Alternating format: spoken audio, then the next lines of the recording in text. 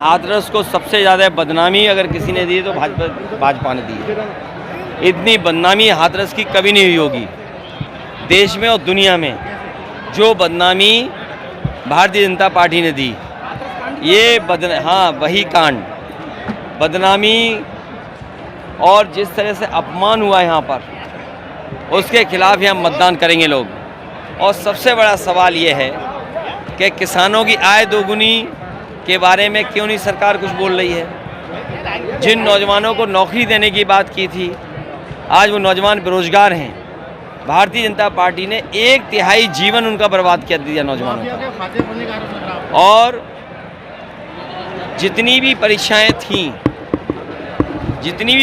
सबके paper leak हो गए। 60 लाख बच्चों का भविष्य अंधकार में डाल दिया। 60 लाख बच्चों के अगर माँ बाप को हम जोड़ दें, 3 सदस्य एक परिवार के मान लें, तो 1 करोड़ 80 लाख होते हैं। 3 गुणा 60 लाख, 1 करोड़ 80 लाख। और 1 करोड़ 80 लाख का अगर हम 80 लोकसभाओं से भाग दे दें तो 2,25,000 वोट भारतीय जनता पार्टी का हर लोकसभा में कम हुआ है। इसीलिए उनकी भाषा बदल गई। जो 400 पार का झुंझुना लिए घूम रहे थे, अब कहाँ बोल रहे हैं 400 पार।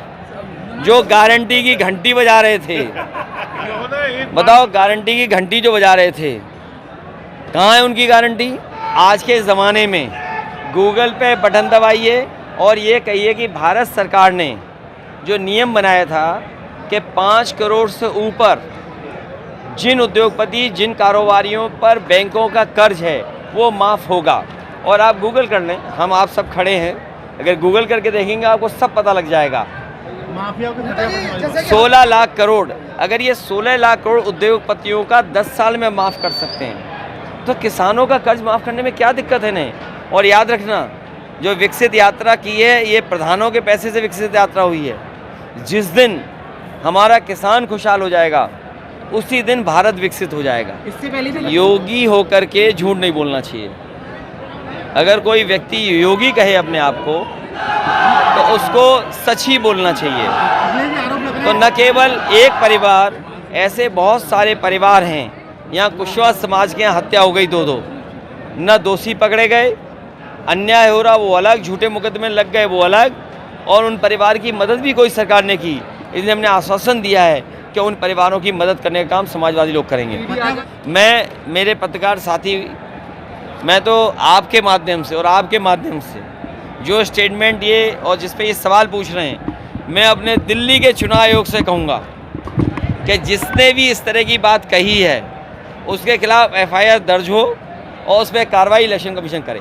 कि PDA को दुश्मन मानते हैं भारतीय जनता पार्टी के लोग, PDA को दुश्मन मानते हैं। वो PDA परिवार के ही सदस्य हैं, इसीलिए उन्हें किसी भी सम्मान के स्थान पर नहीं बुलाते हैं। एक बार गठबंधन पहले भी हुआ था और ये गठबंधन दोबारा हुआ है, इससे क्या फर्क पड़ेगा?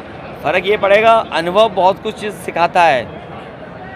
अनुभव जो मिला है वो ये अनुभव है कि इस बार भारतीय जनता पार्टी का सफाया कर देंगे। पहले ये बात तो बीजेपी को समझना चाहिए कि ये संघर्ष का परिवार है और सेवा के लिए परिवार, पूरी जिम्मेदारी से परिवार लगा हुआ है।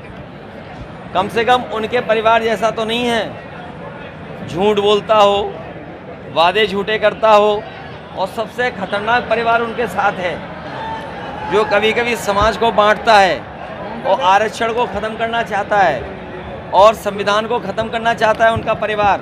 देखिए, वोट चाहिए। कौन सा परिवार, किस परिवार? मैं किसी की तरफ, आप बुजुर्ग समझदार पत्रकार साथी हो, सब जानते हो, जो लोग सबसे खतरनाक परिवार के संग चलते हों वो दूसरे परिवारों पे क्यों उंगली उठाएंगे। और मैं कहूँगा बीजेपी के लोगों से कि बीजेपी के लोग अगर ये बात समझते हैं और वो परिवार वालों के खिलाफ हैं, तो जितने भी टिकट इन्होंने परिवार वालों को दिए, सबके टिकट वापस ले लें और किसी परिवार वाले से वोट ना मांगें। तो कितने वोट मिलेंगे उन्हें?